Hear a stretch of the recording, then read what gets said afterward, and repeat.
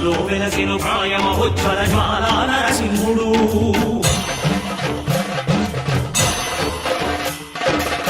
భక్తాభీష్టములన్నీయు తీర్చే లక్ష్మీ నరసింహుడు సుఖ శాంతులను చేకూర్చు శుభయో